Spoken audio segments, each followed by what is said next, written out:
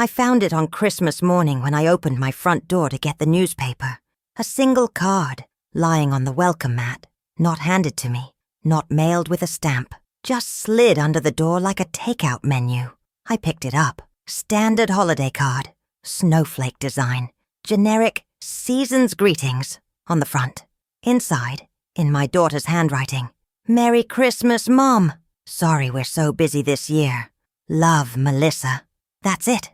13 words, slid under my door. From a daughter who lives 4 blocks away. 4 blocks. A 10-minute walk. Close enough that I can see her street from my front porch. Close enough that we used to joke about it when she and Ryan bought the house 5 years ago. "You'll never get rid of me now, Mom," she'd said, laughing. 4 blocks. And on Christmas morning, all I got was a card on the floor. "My name is Debbie. I'm 59 years old. I raised my daughter Melissa alone from the time she was 6 years old. After my husband left us for a woman he'd met at work, I worked 2 jobs for years, waitressing during the day, cleaning offices at night. To give Melissa the life she deserved, I sacrificed everything for her. My social life, my chance at remarrying, my dreams of going back to school. Everything went to making sure Melissa had dance classes and birthday parties and a college education. And on Christmas morning, 25 years after I became a single mother, my only child slid a card under my door and disappeared. This is the story of how I learned that geographic proximity doesn't guarantee emotional connection, that you can live 4 blocks from someone and be completely excluded from their life, that the child you sacrificed everything for can treat you like a stranger who doesn't even deserve a doorbell ring. Let me start at the beginning, so you understand what that card on my doormat really meant. I'm Debbie Walsh. I live in Charlotte, North Carolina, in a small 2-bedroom house I've owned for 18 years. It's modest, but it's mine. Paid off through decades of hard work and careful budgeting. Melissa is my only child. When her father left us when she was 6, I made a promise to myself. She wouldn't suffer because of his choices. She'd have stability, security, love. So I worked. God, did I work. Breakfast shift at Murphy's Diner from 6 a.m. to 2 p.m. Then home to make sure Melissa got off the school bus. Then back out at 9 p.m. to clean offices downtown until 2 a.m. 4 hours of sleep. Then do it all again. I did that for 8 years. Until Melissa was in high school and I could afford to drop the night cleaning job. Until I could breathe a little.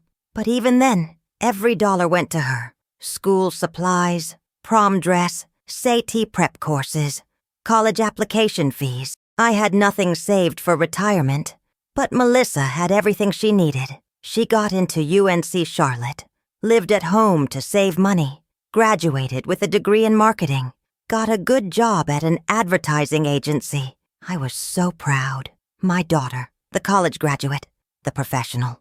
Everything I'd worked for had paid off. She met Ryan when she was 26. He was nice enough, came from money, had a good job in finance. His parents, Patricia and Michael, were the kind of wealthy, intact family I'd never been able to give Melissa.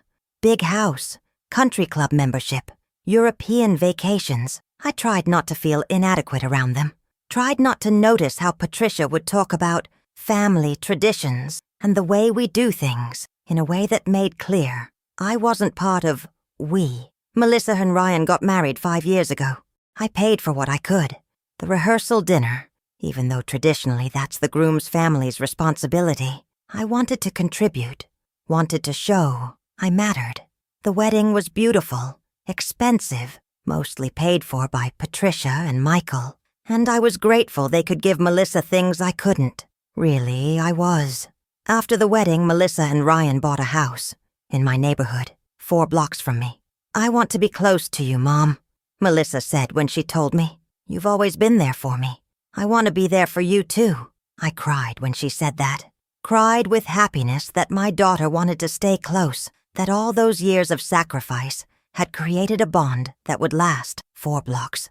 We could have coffee whenever we wanted. I could help with future grandchildren.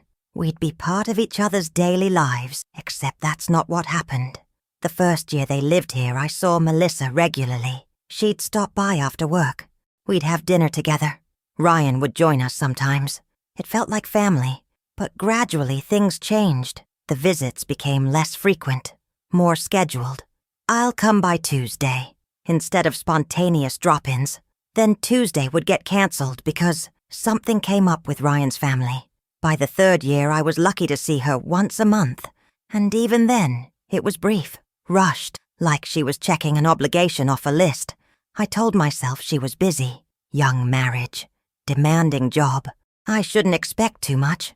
But 4 blocks. She lived 4 blocks away. How busy can you be that you can't walk 10 minutes to see your mother?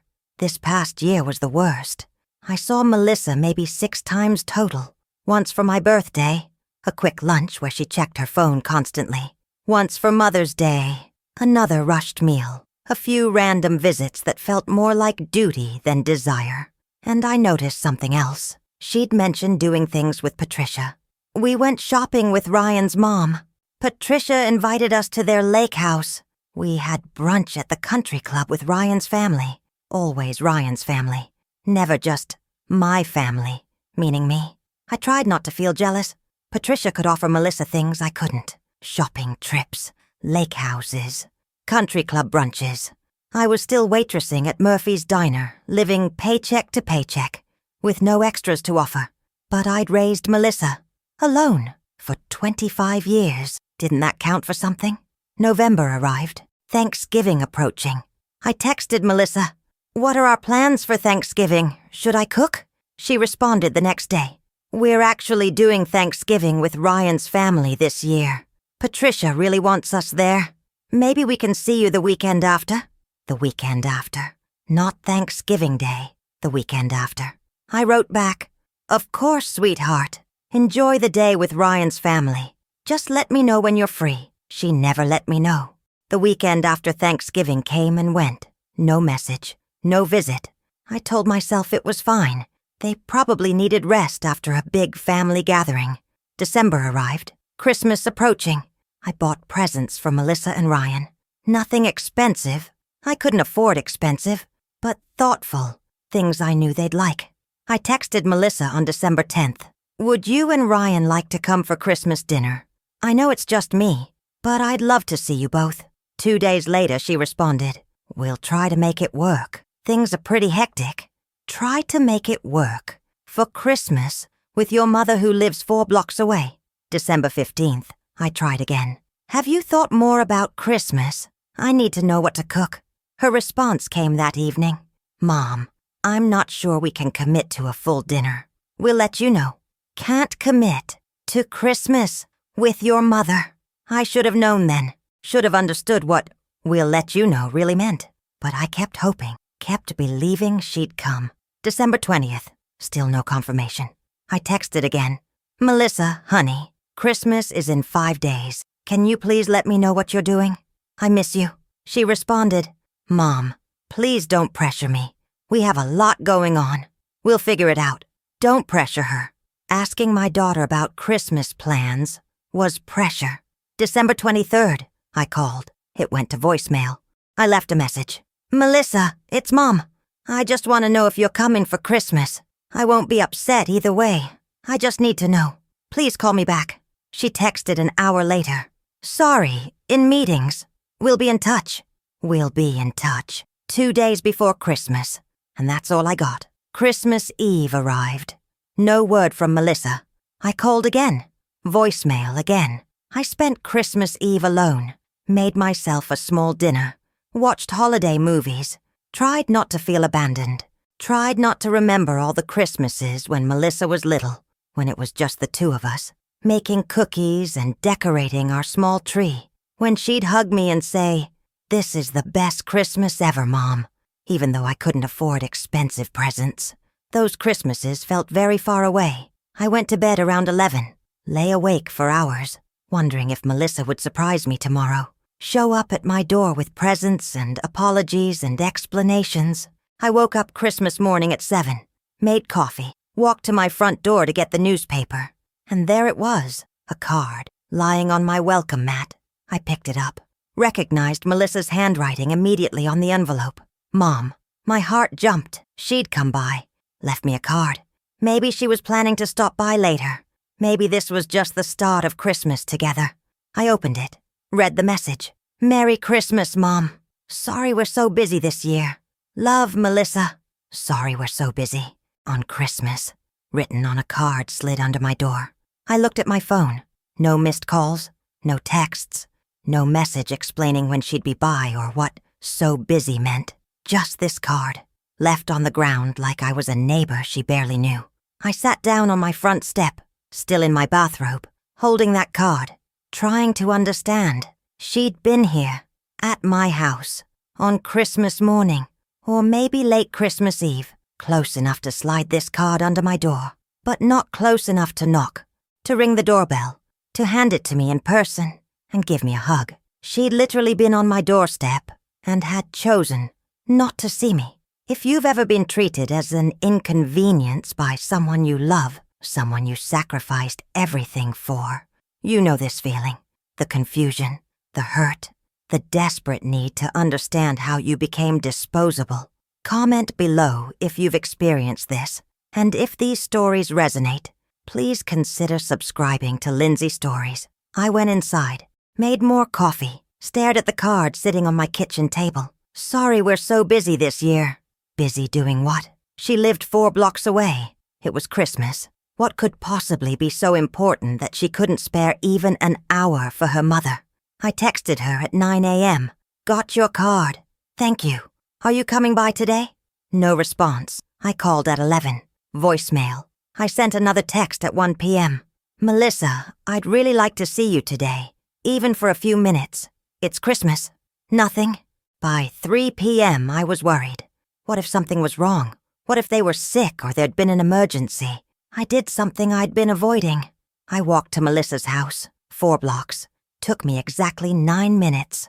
I stood on her front porch. The house was dark, no cars in the driveway, no lights on inside. I rang the doorbell anyway, knocked, waited. Nothing. They weren't home. On Christmas Day, they weren't home. I walked back to my house feeling confused and hurt and increasingly angry. Where were they? Why had Melissa left that vague card instead of just telling me she wouldn't be around? That evening I sat alone eating leftover turkey I'd made for a Christmas dinner that didn't happen.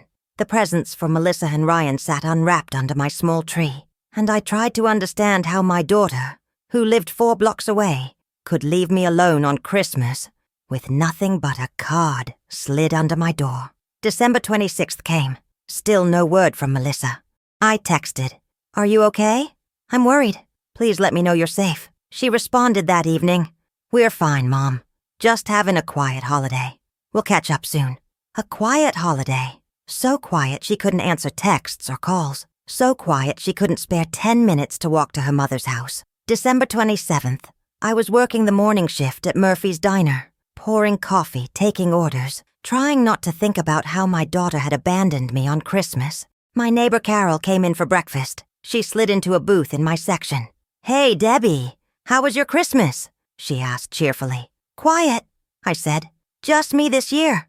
"Oh, that's too bad. Did Melissa and Ryan go out of town?" Something in her tone made me pause. "What do you mean?" "I just saw them loading suitcases into their car on December 23rd. Looked like they were going somewhere for the holidays." The world tilted slightly. "Suitcases?" I said carefully. "You're sure it was them?" "Oh yeah, big suitcases. Ryan was loading them into the trunk. Melissa was carrying one of those travel tote bags." I waved, but I don't think they saw me. I somehow finished taking Carol's order, brought her food, made it through the rest of my shift on autopilot. Suitcases. On December 23rd, 2 days before Christmas, Melissa had lied. She wasn't so busy. She wasn't having a quiet holiday at home. She'd gone somewhere, packed suitcases and left town without telling me. I drove home after my shift, my mind racing. Where had they gone? And why had Melissa lied about it? I did something I'd been resisting for months. I looked at Melissa's Instagram. She rarely posted anymore, but maybe there'd be something. Her last post was from December 20th, a photo of a latte with the caption, "Pre-holiday vibes." Nothing about travel plans. Nothing about Christmas. But when I clicked on her tagged photos other people had posted that included her, I found something. A post from Ryan's sister posted on December 26th. A photo of a cruise ship. The caption, "Best Christmas ever with the fam. So grateful for this amazing trip. Family cruise. Shah holiday. Vacation. Shah Caribbean Christmas." I clicked on the photo. There, in a group shot on the ship's deck, were Ryan and Melissa, tanned, smiling, holding tropical drinks, along with Ryan's parents, Patricia and Michael, Ryan's sister and her husband, Ryan's brother, all of them, on a cruise, for Christmas. I scrolled through more photos, the cruise ship, formal dinners, a beach somewhere tropical, everyone dressed up, everyone happy, posted on December 26th, which meant they'd been on this cruise on Christmas Day, while I'd been alone in my house eating leftover turkey and wondering why my daughter had left me a card on the floor. My daughter had gone on a luxury Caribbean cruise with Ryan's entire family, and she'd lied to me about it. "Sorry we're so busy this year." Not busy. On vacation. A vacation she'd deliberately hidden from me. I sat at my kitchen table, my phone in my hand, staring at those photos, trying to process the betrayal. She'd planned this, probably weeks in advance, had booked the cruise, packed her bags, driven to the port or the airport or wherever they'd left from, and she hadn't told me, hadn't invited me. Not that I could have afforded it, but she hadn't even told me she'd be gone. Instead, she'd left a card under my door like I was a stranger, like I didn't deserve the truth. I called her. It went to voicemail. "Melissa, I saw the cruise photos. I know where you were for Christmas. Call me back, please." She didn't call that day, or the next. On December 29th, I got a text. "Got your message. We're back home. Can we talk tomorrow?" Tomorrow. She'd been home for however many hours and couldn't come see me immediately. Couldn't walk 4 blocks to explain herself. Tomorrow. I didn't respond. Didn't give her the satisfaction of my cooperation. She showed up at my door on December 30th, late afternoon. I watched her walk up my driveway from the living room window. She looked uncomfortable, guilty. Good. I opened the door before she could knock. "Hi, Mom," she said quietly. "Come in." We sat in my living room. The same room where I'd helped her with homework for 12 years. The same room where we'd watched movies together. The same room where she'd cried on my shoulder after breakups and disappointments. Now we sat like strangers, tension thick between us. "I'm sorry I didn't tell you about the cruise," she started. "Sorry you didn't tell me. Melissa, you lied to me. You said you were so busy when you were actually on vacation. I didn't want to hurt your feelings. Oh, lying was better? Leaving me alone on Christmas with a card slid under my door was better? I knew if I told you you'd be upset that we weren't spending Christmas with you. Of course I'd be upset. You're my daughter. You live 4 blocks away. And you chose to spend Christmas on a cruise with Patricia instead of your own mother. It wasn't just Patricia. It was Ryan's whole family. His parents paid for everyone. It was a family trip. And I am not family?" She was quiet. "Melissa, answer me. Am I not family?" "You are. But, Mom, it's complicated." "What's complicated? You're my daughter. I raised you alone. I worked 2 jobs to give you everything. And now that you have Ryan's family, with their money and their country club and their cruises, I'm what? Disposable? That's not fair. What's not fair is spending Christmas alone while my daughter, who lives 4 blocks away, is on a cruise she lied about. What's not fair is getting a card slid under my door like I'm a stranger who doesn't even deserve a doorbell ring. I didn't know what else to do. You could have told me the truth. You could have said, 'Mom, Ryan's parents invited us on a cruise for Christmas. I know this means you'll be alone, but I want to go.' It would have hurt, but at least it would have been honest. Would you have been okay with that? No, of course not. But I'd have understood. Melissa lying to me and leaving me wondering what I did wrong. That's so much worse than just being honest. She was crying now. I just wanted to go on the cruise without feeling guilty. And there it was. The truth. She'd wanted to go on the cruise. And she'd known that telling me would make her feel guilty. So she'd lied to avoid that discomfort. My feelings didn't matter. My Christmas didn't matter. What mattered was protecting herself from guilt. "You're 25 years old," I said quietly. "An adult. You can make your own choices, but you don't get to lie to avoid the consequences of those choices. You don't get to leave me alone on Christmas and pretend it's okay because you slid a card under my door. I'm sorry, Mom. Really. Do you understand why this hurts? It's not just the cruise. It's that you couldn't even tell me. You'd rather let me sit here wondering what I did wrong than be honest about choosing them over me. It wasn't about choosing. Yes, it was. You chose Ryan's family, Patricia's cruise, their money, and their traditions. And you chose to hide that from me because acknowledging it would have been uncomfortable." She didn't argue, because she knew I was right. "I need you to leave," I said. "Mom, I'm not ready to talk more. I need time to process this. Please go." She left, and I sat in my living room, alone again, trying to understand how I'd become so disposable to the child I'd sacrificed everything for. Over the following weeks, I started seeing patterns I'd been ignoring. Melissa mentioned Patricia constantly. Shopping with Patricia, brunch with Patricia, advice from Patricia, Patricia's opinions on decorating, on careers, on life. Patricia, who had money and status, and an intact marriage. Patricia, who could take her children on cruises. Patricia, who represented everything I'd never been able to give Melissa.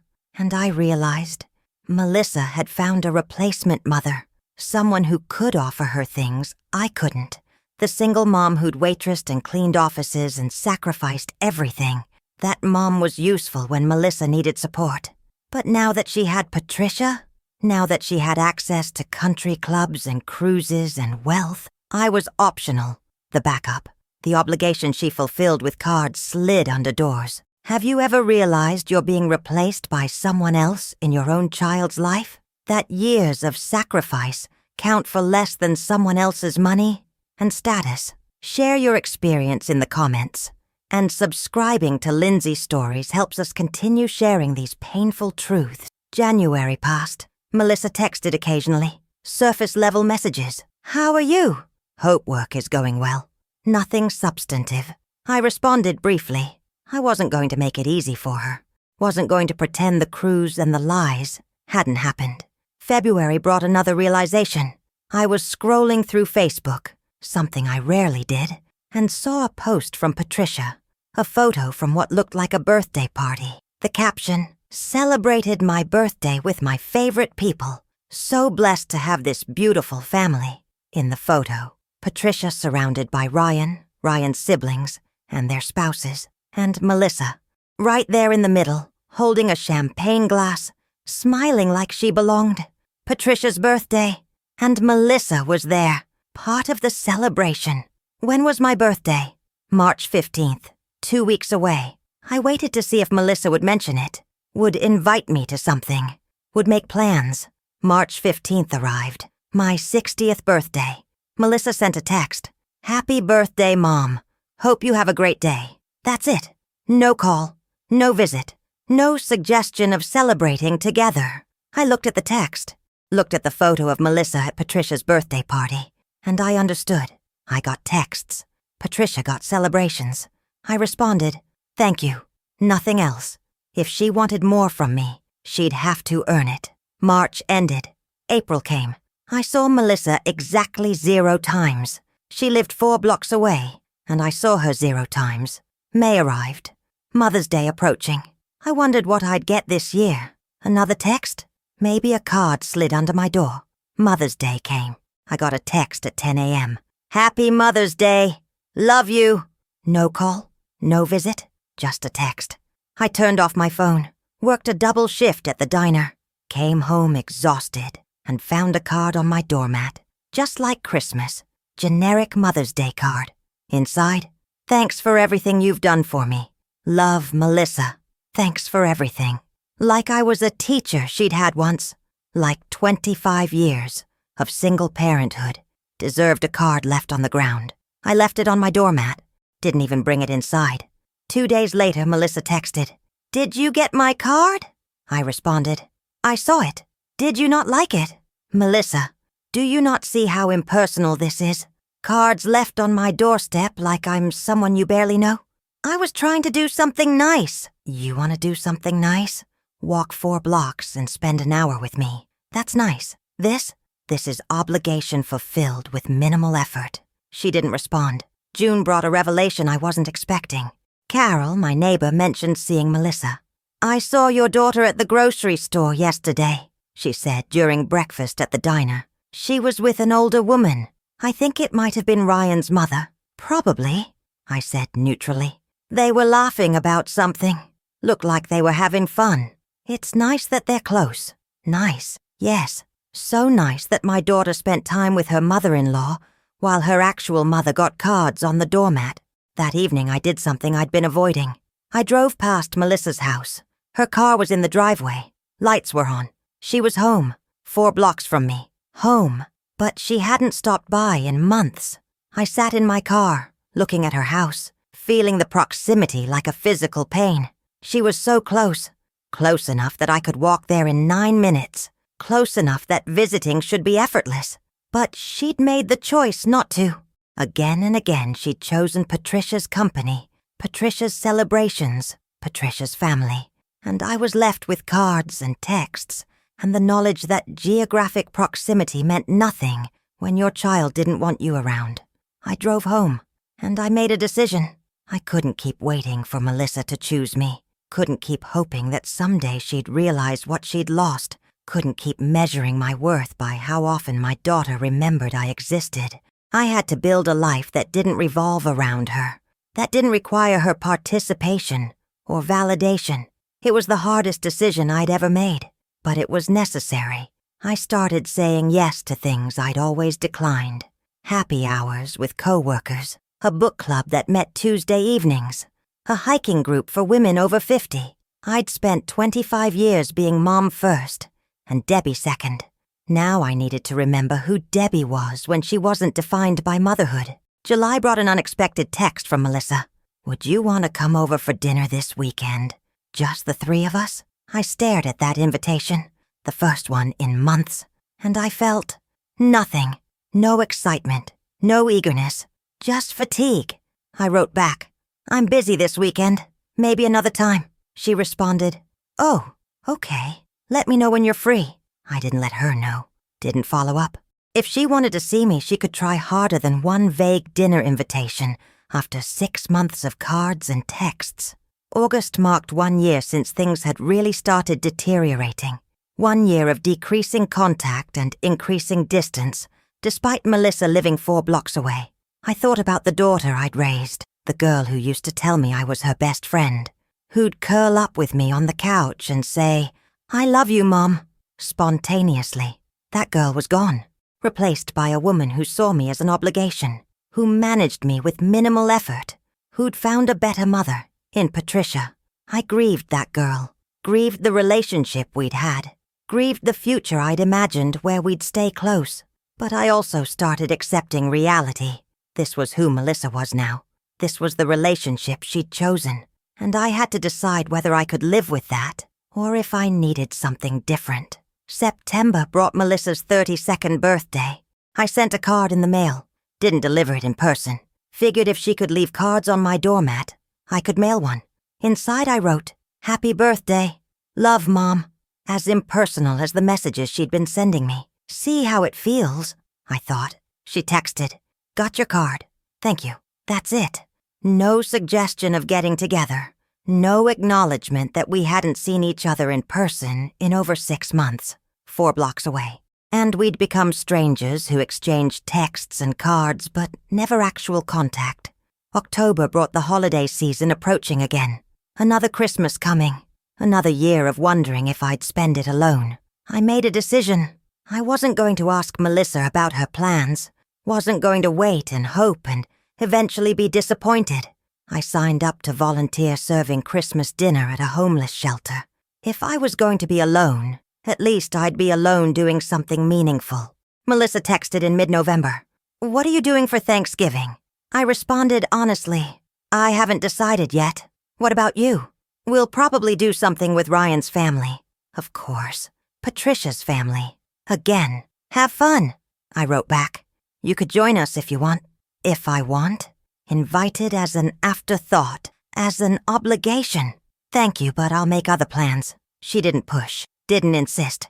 Just sent back. Okay, let me know if you change your mind. I didn't change my mind. I worked Thanksgiving at the diner. Triple time pay for holiday shifts. Made more money than I would have watching Melissa perform her duty to include me while actually wishing I wasn't there. Early December, Melissa texted, "We should get together before Christmas gets crazy." Before Christmas gets crazy. Meaning before she disappeared to whatever Patricia had planned this year. I didn't respond immediately. Let her wait like she'd made me wait so many times. 3 days later, I wrote back, "I'm pretty busy with work and other commitments. Maybe after the new year." Maybe. The word she'd used on me so many times. Now I was using it back. "Oh, okay. Well, Merry Christmas if I don't see you before then." If she didn't see me. Like it was uncertain. Like she lived somewhere far away instead of 4 blocks. "Merry Christmas, Melissa." And that was it. No plans made. No invitation extended. Just acknowledgement that another Christmas would pass without us spending it together. Christmas Eve arrived. I worked the diner's evening shift. Came home tired but satisfied. I'd earned good tips, helped feed people who needed it. Done something useful with my day. No card appeared under my door this year. No last-minute message from Melissa. Nothing. Christmas morning, I went to the homeless shelter. Served turkey and stuffing and pie to people who had nowhere else to go. Who were grateful for a hot meal and a kind word. At 3 p.m., my phone buzzed. A text from Melissa. "Merry Christmas, Mom. Hope you're having a nice day." That's it. No explanation of where she was. No apology for not seeing me. Just a generic text. I responded hours later. "Merry Christmas. I'm volunteering at a shelter today. Very fulfilling." Let her know I didn't need her. That I'd found purpose without her participation. She didn't respond. 2 days later, Carol mentioned seeing Melissa and Ryan loading suitcases again. "Looks like they went somewhere for Christmas again," she said. "Hope they had fun. Another trip. Another Christmas spent somewhere else while I worked and volunteered and built a life that didn't require my daughter's presence." I felt something shift in me. Not anger anymore. Not even hurt. Just acceptance. This was who Melissa was. This was the relationship she'd chosen. Cards and texts and minimal effort. Patricia's celebrations instead of mine. Ryan's family instead of her own. I couldn't change that. Could only control how I responded. My name is Debbie Walsh. I'm 60 years old. I raised my daughter alone from the time she was 6 years old. Worked 2 jobs. Sacrificed everything to give her a good life. She lives 4 blocks away from me now. Close enough that I can see her street from my porch. Close enough that visiting should be effortless. But last Christmas, all I got was a card slid under my door. This Christmas, I got a text. She's chosen Ryan's family. Chosen Patricia's wealth and status and intact family over the single mother who raised her. And I've chosen to accept that. To stop waiting for her to realize what she's lost. To build a life that has meaning and purpose even without her. I still love her. Probably always will. But I don't need her anymore. Don't need her validation or her attention or her cards on my doormat. I have work that fulfills me, friends who appreciate me, a community I serve, a life that exists independently of my daughter's choices.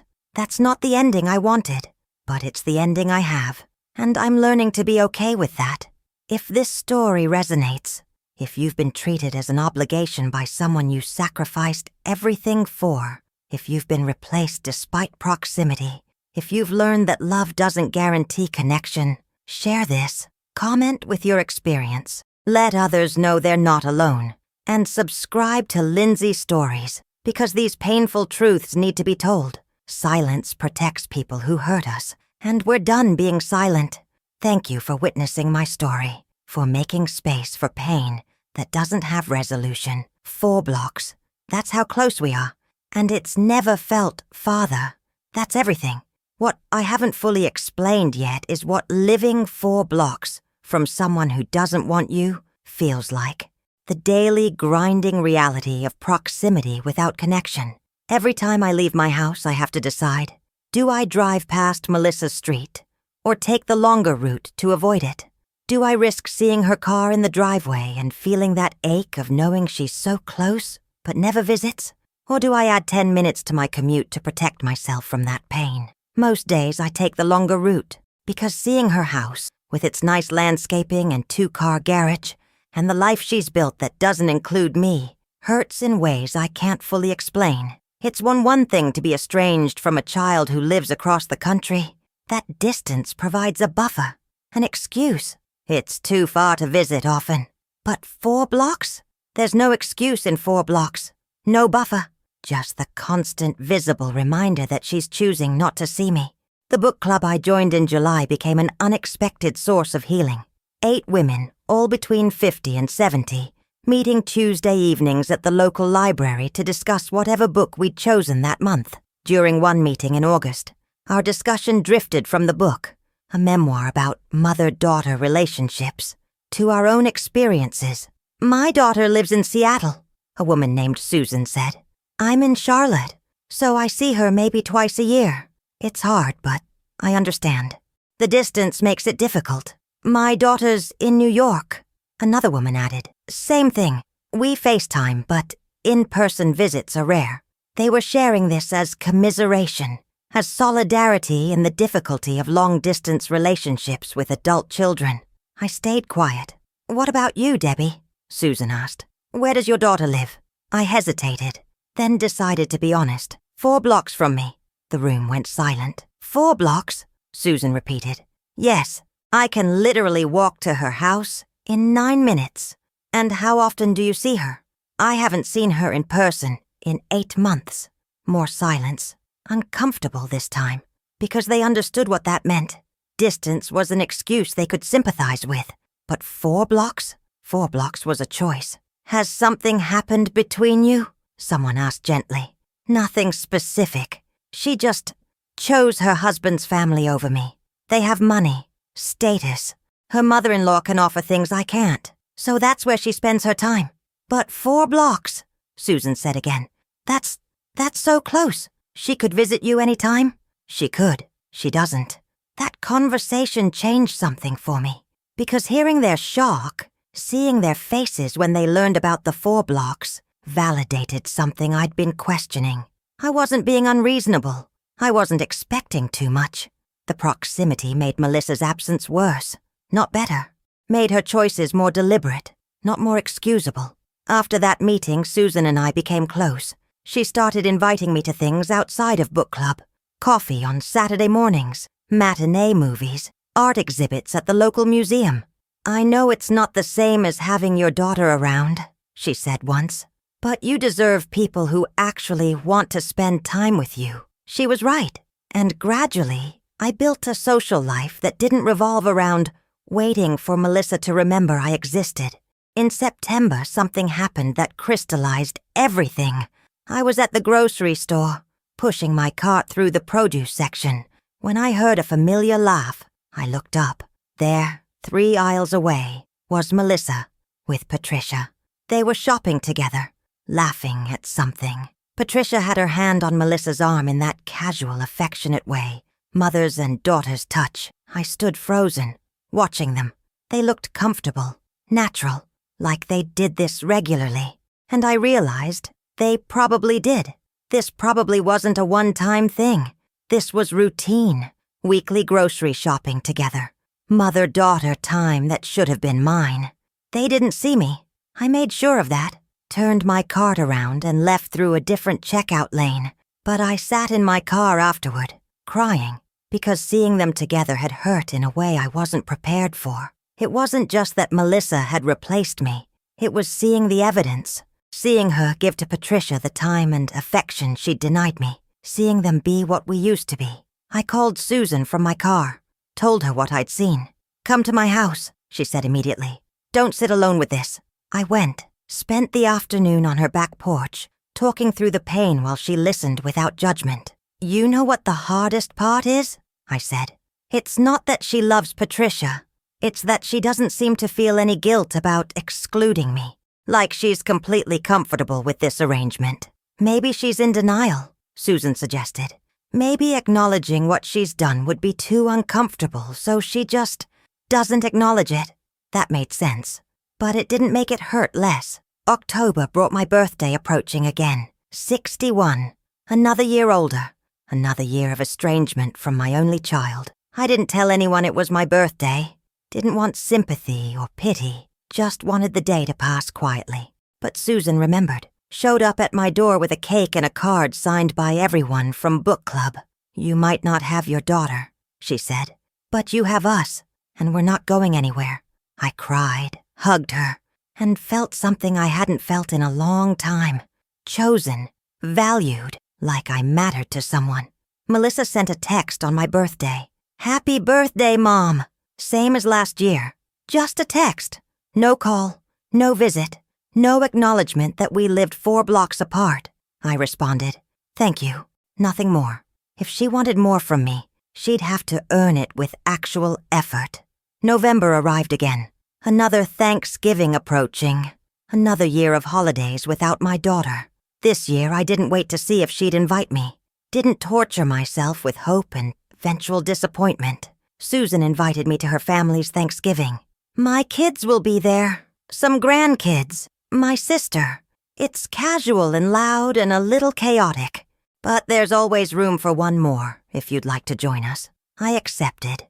And I spent Thanksgiving with people who actually wanted me there. Who made space for me without making me feel like an obligation. It was the best Thanksgiving I'd had in years. Melissa texted that day. "Happy Thanksgiving. Hope you're having a nice day." I responded hours later. "Thank you. I'm with friends, having a wonderful time." Let her know I didn't need her, that I'd found family elsewhere. She didn't respond. Early December, Melissa texted. "Just wanted to check in. How are you?" I stared at that text, trying to figure out what she wanted. Why she was suddenly checking in after months of minimal contact. I responded, "I'm well. Busy with work and social activities." "That's good. I'm glad you're staying busy." Glad I was staying busy. Like she was my acquaintance, not my daughter. Like she was relieved I had a life so she didn't have to feel guilty about excluding me from hers. "Are you doing anything for Christmas?" she asked. There it was, the real question. Checking to see if I'd be alone again so she could feel guilty. Or maybe checking to make sure I wouldn't show up unexpectedly at whatever she had planned. "I'm volunteering at the homeless shelter again," I wrote back. "Then having dinner with friends?" "Oh, that sounds nice." Nice. Everything was nice. Surface level. Meaningless. "What about you?" I asked, even though I suspected I knew the answer. "We're probably doing something with Ryan's family. Patricia likes to host." Of course. Patricia. Always Patricia. "Have fun," I wrote. "Thanks. Maybe we can get together after the new year." Maybe. The word that meant nothing. The promise she'd made and broken repeatedly. "Maybe," I echoed back. And that was the end of our Christmas planning conversation. No emotional depth, no acknowledgement of the holidays we used to spend together. Just surface-level logistics from people who happened to be related but weren't really family anymore. Christmas week arrived. I worked extra shifts at the diner. Holiday pay was excellent, and I needed the money. Plus, staying busy meant less time to feel sad about spending another Christmas without Melissa. On December 23rd, I was leaving for my shift when I saw Melissa's car drive past my house, heading away from her street, going somewhere. I wondered if they were leaving town again. Another cruise, maybe? Or a trip to Patricia's lake house, wherever wealthy families went for Christmas. I didn't check social media this year. Didn't torture myself with photos of Melissa's perfect holiday with her chosen family. Christmas Eve, I worked the diner until 10 p.m. Came home exhausted. Found nothing on my doorstep. No card this year. Part of me had been expecting one. Some minimal gesture to assuage whatever guilt she might feel. But there was nothing. Christmas Day, I woke up at 6 a.m., got ready for my volunteer shift at the shelter, spent the morning serving breakfast to people who had nowhere else to go, people who were grateful for a hot meal and a friendly face. At noon, my phone buzzed. A text from Melissa. "Merry Christmas, Mom. Thinking of you today. Thinking of me. While doing what? While celebrating with Patricia's family? while opening expensive presents under someone else's tree, while having the kind of Christmas I could never afford to give her. I put my phone away, didn't respond, focused on serving lunch to people who actually appreciated my presence. At 3 p.m., another text. Hope you're having a good day. Love you. Love you. 2 words that used to mean something. Now they were just something people said. Obligatory. Empty. I finally responded at 6 p.m. after my shift. Thank you. Had a meaningful day serving others. She didn't reply. 2 days later, Carol mentioned seeing Melissa and Ryan returning home. Looks like they were away for Christmas again, she said. Their car was packed when they got back. Away. Somewhere expensive, probably. Somewhere with Patricia and her perfect family. 4 blocks away. But she might as well have been on the moon for how present she was in my life. The new year arrived. 2025. Another year of living close to a daughter who didn't want me. In January, I made a decision. I was going to stop checking Melissa's street when I drove places. Stop wondering if her car was in the driveway. Stop torturing myself with the proximity that meant nothing. I started taking the long route everywhere. Added 10 minutes to every trip. But those 10 minutes saved me from the daily reminder that she was close and still chose not to see me. February brought Valentine's Day. Not a holiday we'd ever celebrated together. But Susan took me and a few other women from book club out for dinner.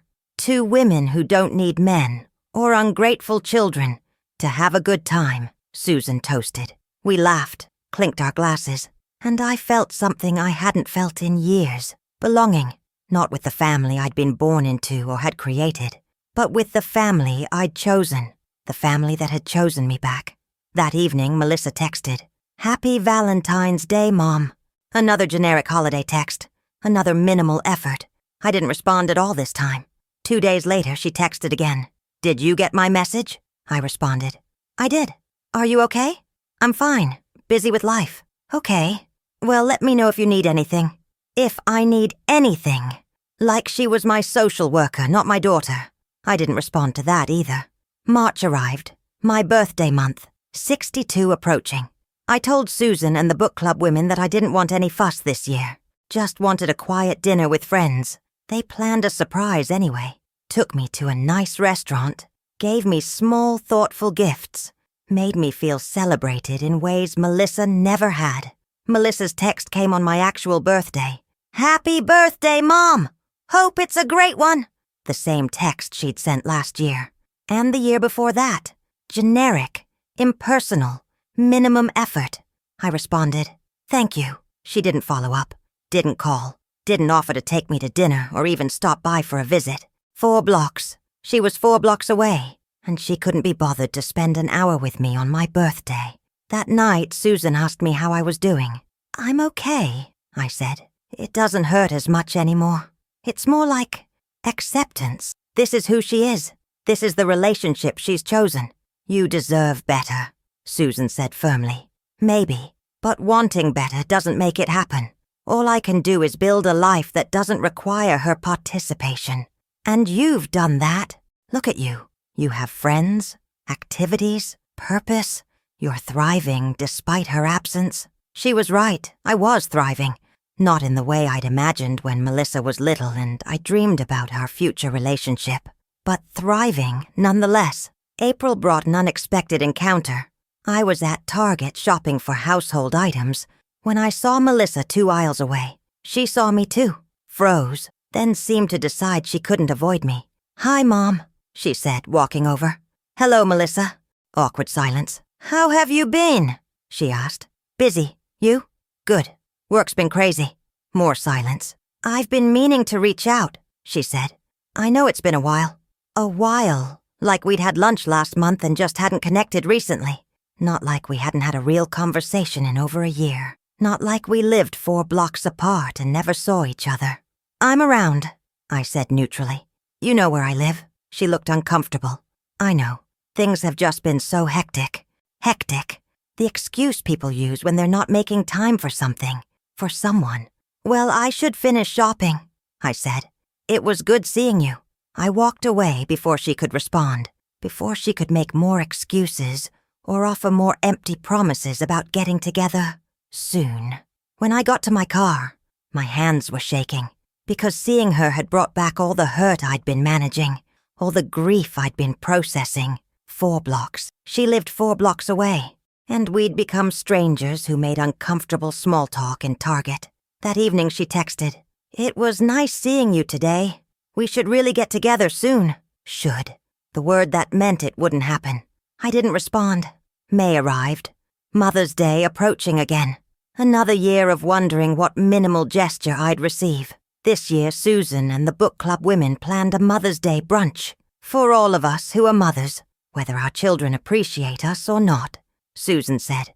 We went to a nice restaurant, talked and laughed and celebrated each other, and I realized this was what Mother's Day should feel like. Celebrated, valued, chosen. Later that day, Melissa's text arrived. "Happy Mother's Day. Thank you for all you've done for me. Love you." Thank you for all I'd done. Past tense, like I'd stopped being her mother at some point, like my role was finished. I responded, "Thank you. Having a lovely day with friends." She didn't reply. No card appeared on my doorstep this year. No minimal gesture, just a text, even less effort than before. And I realized she was phasing me out completely. Year by year, holiday by holiday, she was reducing me to nothing. Soon there'd be no texts at all. Just silence. Just complete absence, despite living 4 blocks away. June brought unexpected news. Carol mentioned seeing a "for sale" sign go up at Melissa's house. My stomach dropped. "They're moving?" I asked. "Looks like it. Sign just went up yesterday." Melissa was moving, and she hadn't told me. I drove past her house that evening. Sure enough, there was the sign. Professional realtor photo. Open house this Sunday. She was moving, leaving the neighborhood, and I'd found out from my neighbor, not from her. I texted her, "I heard your house is for sale. Are you moving?" Her response came hours later. "Yes. Ryan got a promotion. We're moving to a bigger house." Where? When? Why didn't you tell me? I didn't ask those questions because I knew the answer. She hadn't told me because my opinion didn't matter. My feelings didn't matter. I didn't matter. "Congratulations on Ryan's promotion," I wrote back. "Thanks. The new house is really nice. More space." "Where is it?" "About 20 minutes north. Still in Charlotte, though. 20 minutes north. Not 4 blocks. Not walking distance." She was moving away, creating the physical distance that matched the emotional distance she'd been maintaining. "When do you move?" I asked. "Closing is July 15th. We'll probably start moving stuff before then." July 15th, 6 weeks away. "I hope you'll be happy there," I wrote. "Thanks, Mom." That was it. No invitation to see the new house. No offer to help pack. No suggestion that we get together before the move. Just information delivered like I was an acquaintance who needed to update my address book. Over the following weeks, I watched Melissa's house slowly empty. Saw moving trucks. Saw them carrying boxes and furniture out. She never asked for my help. Never stopped by to say goodbye to the neighborhood. Never acknowledged that she was leaving the place where we'd been 4 blocks apart. On July 14th, the day before her closing, she texted, "Tomorrow's the big move. Wish us luck." I responded, "Good luck with everything." The next day, July 15th, I drove past her house. It was empty. Their cars were gone. They'd left, and they'd never said goodbye in person. Never brought me to see the new house. Never acknowledged that this was the end of an era, even a painful one. 4 blocks had become 20 minutes, and the relationship that had barely existed at 4 blocks would certainly not exist at 20 minutes. I sat in my car across from her empty house and felt something close to relief. At least now I wouldn't have to drive past her street every day. Wouldn't have to see her car and wonder why she never visited. Wouldn't have the constant proximity-based reminder of her rejection. The distance she'd maintained emotionally now matched the distance physically. It was honest, at least.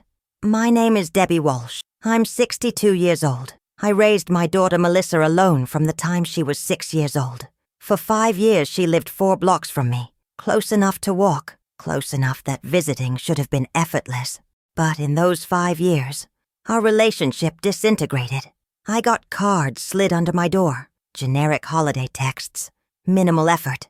While she spent her time with Patricia, her wealthy mother-in-law, who could offer cruises and country clubs and the intact family I'd never been able to provide. Now she's moved away, 20 minutes instead of 4 blocks, and I know what that means. I'll see her even less. Maybe never. And I've had to accept that. Accept that the child I sacrificed everything for has chosen a life that doesn't include me. That proximity didn't matter because she never wanted me around anyway. I've built a new life, friends who choose me, activities that fulfill me, purpose that doesn't require my daughter's validation. It's not the life I wanted, but it's the life I have, and I'm learning to find peace in that. If this story resonates, if you've been treated as an obligation despite proximity, if you've been replaced by someone wealthier or more convenient, if you've learned that being close doesn't guarantee connection, share this, comment with your experience, let others know they're not alone, and subscribe to Lindsay Stories because these painful truths need to be told. 4 blocks, that's how close we were, and it never mattered. Now she's gone, and honestly, it's easier this way. At least now, the distance is honest. That's everything. Before I close this story, there are some final truths I need to share. Things that might help someone else who's living through proximity-based exclusion. The first truth, geographic closeness with emotional distance is sometimes worse than actual physical distance. When Susan's daughter lives in Seattle and they see each other twice a year, people understand. Distance is hard. Travel is expensive. Busy lives make frequent visits difficult. But when your daughter lives 4 blocks away and you never see her, there's no excuse people can accept, no explanation that makes it okay. The proximity makes the rejection visible, public, undeniable. Every neighbor who asks, "How's Melissa?" expects me to say, "Great, we just had coffee." Not, "I haven't seen her in months, even though she lives 10 minutes away." The closeness that should have been a gift became a constant reminder of how little I mattered. The second truth, being replaced is different from being forgotten. If Melissa had just drifted away, gotten busy with life and inadvertently neglected our relationship, that would hurt. But it would be understandable. But she didn't drift. She actively chose Patricia, chose cruises and country club brunches and grocery shopping trips with her mother-in-law, while leaving cards on my doorstep. I wasn't forgotten. I was replaced, and knowing the difference matters. Forgotten suggests passive negligence. Replaced means active choice. She looked at what I offered and what Patricia offered and chose Patricia. That's a different kind of pain. The third truth, adult children who exclude their parents often rewrite history to justify it. I learned this from the support group I started attending after Melissa moved, a group specifically for parents dealing with estrangement from adult children. "My son tells people I was abusive," one mother shared. "I wasn't. I was strict sometimes, sure, but abusive? Never. He's rewriting our history to make himself feel better about cutting me off." "My daughter claims I wasn't supportive enough," another woman said. "I worked 3 jobs to keep her in private school. But now she tells people I was emotionally absent." It's like she's created a new version of her childhood to justify excluding me from her adulthood. I wondered what story Melissa told people. Did she tell them I was difficult, demanding, that I put pressure on her? Or did she just not mention me at all? Maybe I'd been edited out of her narrative entirely. Ryan's mom, Patricia, is amazing, with no mention of the mother who actually raised her. The group facilitator, a therapist named Dr. Laura Morrison, helped us understand the psychology behind this. When adult children exclude parents who weren't abusive or neglectful, they often need to create a narrative that justifies their choices, she explained. Admitting, "My mom was great, and I just prefer my mother-in-law, who has more money," would make them look bad. So they find ways to make you the problem. That explained a lot. The way Melissa would tell people I was busy with my own life when I was actually sitting home alone hoping she'd visit. The way she'd frame my legitimate hurt as me being too sensitive. She'd rewritten our story to make herself comfortable. The fourth truth, you can't make someone choose you. This is the hardest lesson, the one I struggled with for years. I kept thinking, if I'm understanding enough, patient enough, if I don't pressure her, if I give her space, eventually she'll realize what she's missing and come back. But that's not how it works. People don't change unless they want to. And Melissa didn't want to. She'd found what worked for her. Patricia's family, Patricia's resources, Patricia's intact family model. And I, with my divorce history and working-class background and modest offerings, didn't fit into that picture. No amount of patience or understanding would change that. The fifth truth, grief over losing a living child is complicated and ongoing. When my ex-husband left, there was an endpoint. Divorce papers, division of assets, closure, however painful. When Melissa excluded me, there was no endpoint, no clear break. Just gradual distancing with occasional texts to maintain plausible deniability that we still had a relationship. I couldn't grieve fully because she was still there, still alive, still technically in contact, but I couldn't heal either because the wound was constantly reopened. Every holiday, every birthday, every time I heard about her spending time with Patricia, Dr. Morrison called it ambiguous loss. You're mourning a relationship that's functionally dead but technically still exists, she explained. It's one of the hardest types of grief because there's no closure, no ritual, no permission from society to mourn. That described it perfectly. I was grieving someone who was still alive, still living 10 minutes away after the move, still sending occasional texts. But the relationship I had had with her, the closeness, the love, the mutual care, that was dead, had been for years, and I had to learn to mourn it while she continued living her life, probably unaware or unconcerned that I was grieving at all. 6 months after Melissa moved, something unexpected happened. Her father, my ex-husband James, reached out to me. We hadn't spoken in probably 15 years, not since Melissa's college graduation when we'd made awkward small talk for her sake. His email was brief. "Debbie, I heard you and Melissa aren't close anymore.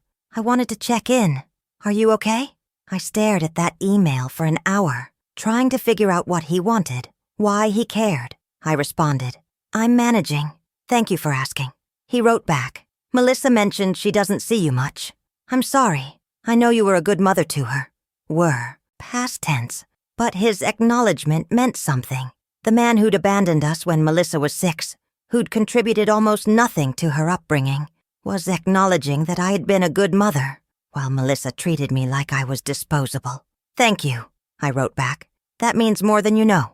We didn't become friends or anything, but knowing that even my ex-husband recognized what I'd done for Melissa, and recognized that her current treatment of me was wrong, provided unexpected validation. 8 months after the move, Melissa texted, "Would you want to see the new house sometime?" I looked at that invitation. 8 months after moving, 8 months of living in this new place, before it occurred to her to invite me. I wrote back, "Maybe. I'll let you know when I have time." She didn't follow up, didn't push, just let it drop like I knew she would. Because she didn't really want me to see the house. She wanted to be able to tell herself, and maybe others, that she'd made the effort, that if I didn't visit, it was my choice, not hers. I never did go see the house. Never will, probably, because I've learned something crucial. Accepting pity invitations doesn't help. Being included out of obligation feels worse than being excluded. I'd rather have honest distance than fake proximity. 10 months after the move, Susan was diagnosed with breast cancer. Early stage, good prognosis, but scary nonetheless. I was there for every appointment, every treatment, every moment she needed support. "You're like a daughter to me," she said once, emotional from medication.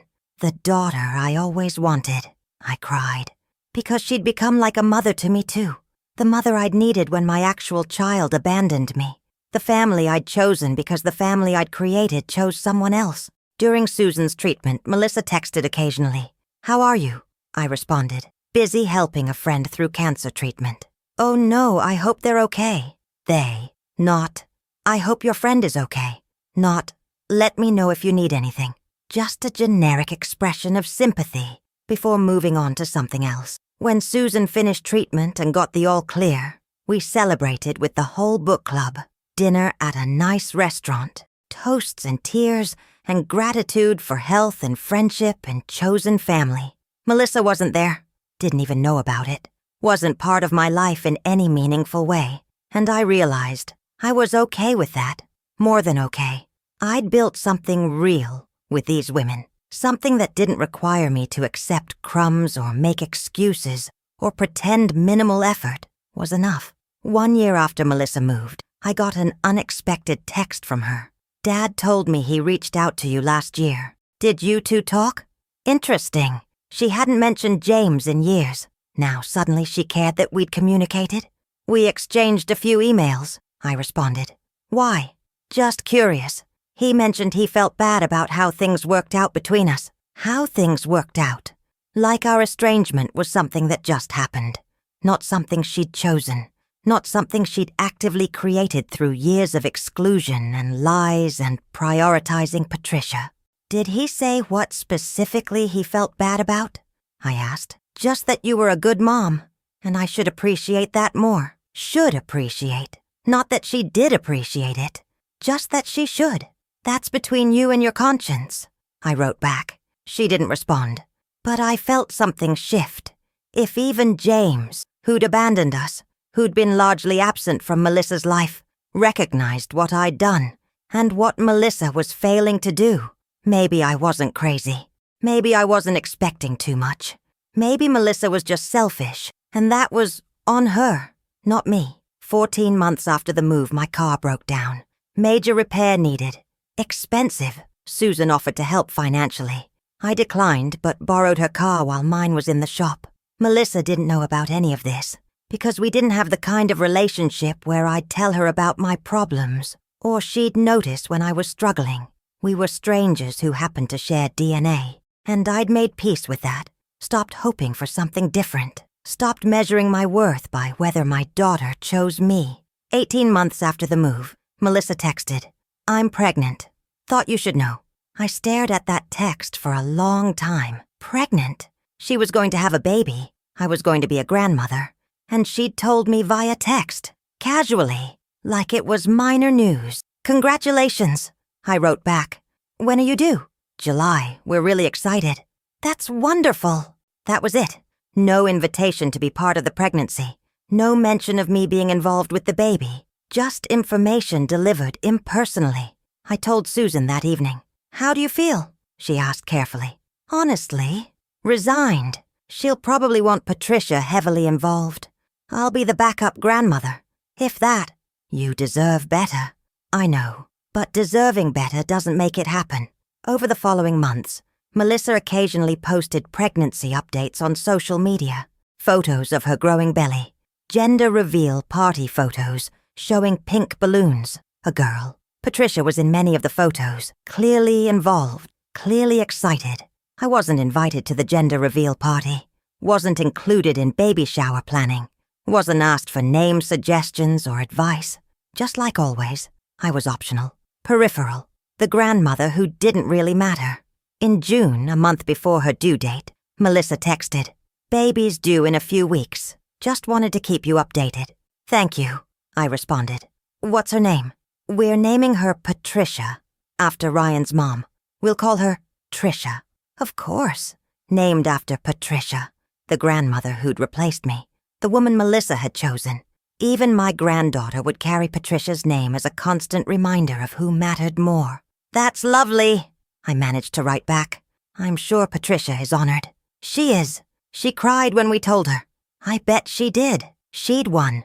Completely. Thoroughly. She got Melissa's time, Melissa's affection, Melissa's holidays, and now a granddaughter named after her. What did I get?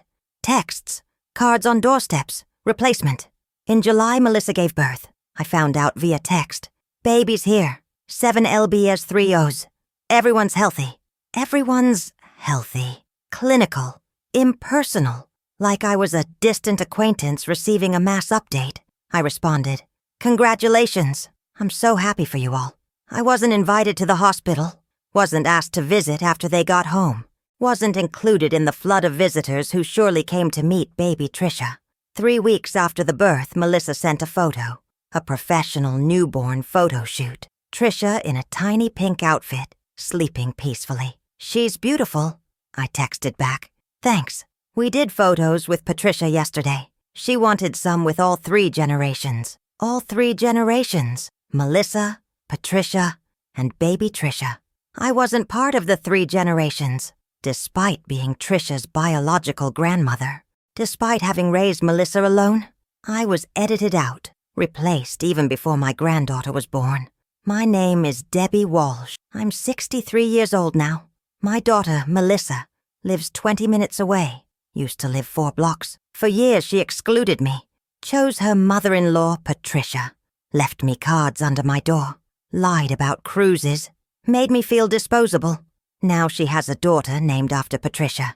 A granddaughter I'll probably rarely see. Another generation where I don't matter.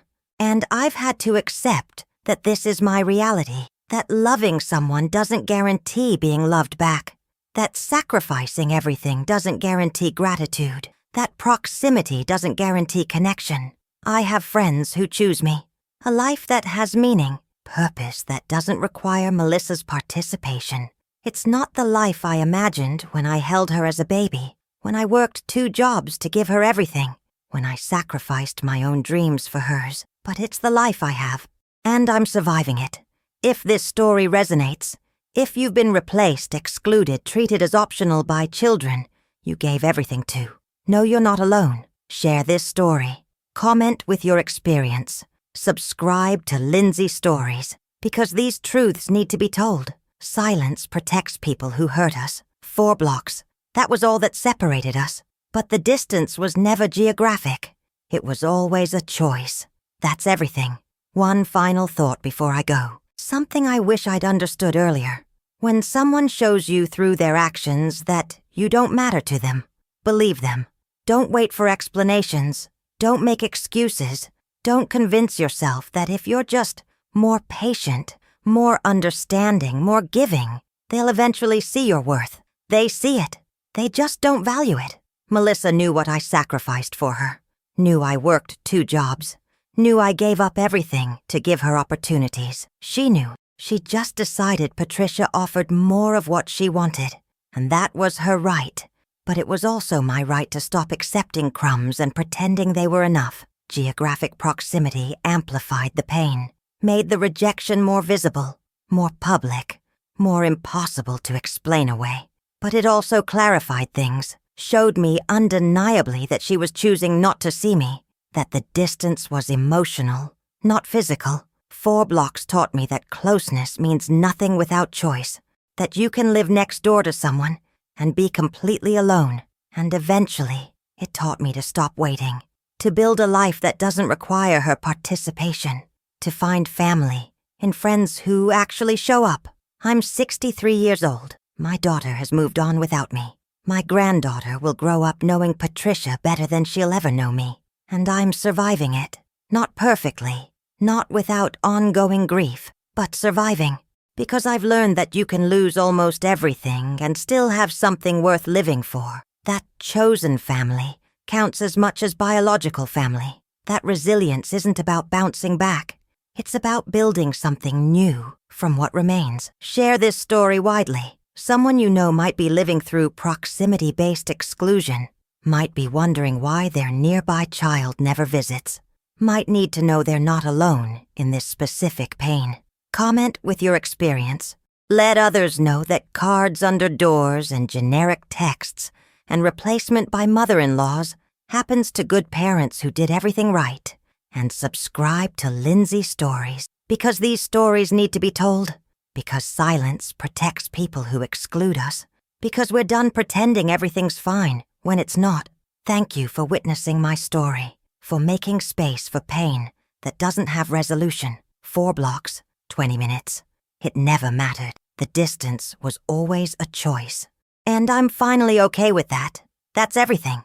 To anyone who's living this right now, who sees their child's car in the driveway but never gets a visit, who gets texts instead of time, who's been replaced by someone wealthier or more convenient, you're not crazy. You're not expecting too much. You're not the problem.